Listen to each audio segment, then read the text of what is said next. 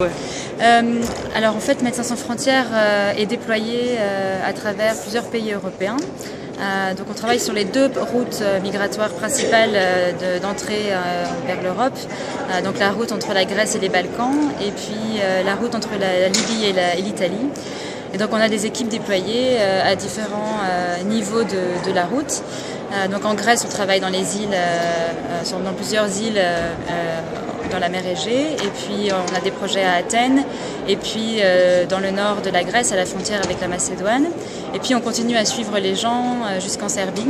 Donc là, on a aussi des projets d'assistance à l'entrée et à la sortie, mais aussi à Belgrade, où on a des cliniques mobiles pour les gens qui transitent par la capitale. Et puis on est présent aussi en Italie avec des projets qui sont aujourd'hui en train d'être renégociés avec les autorités italiennes. Donc on a été jusqu'en décembre 2015, on travaillait dans le centre, le CPSA, le centre de premier accueil de Pozzallo, dans la province de Ragusa. Et puis dans les centres extraordinaires, les CAS de la province aussi, où on faisait principalement de la santé mentale. Et puis aujourd'hui, on est encore présent à Rome, où on a un projet d'assistance médicale pour les réfugiés victimes de torture. Et c'est la situation des femmes à Pozzallo, c'est critique, pourquoi ? Alors la situation des femmes à Pozzallo, ce que nous on a vu le long de notre intervention en 2015 dans le centre de Pozzallo, c'est que c'est un centre qui est géré en urgence, malgré le fait que c'est un centre qui opère depuis plusieurs années.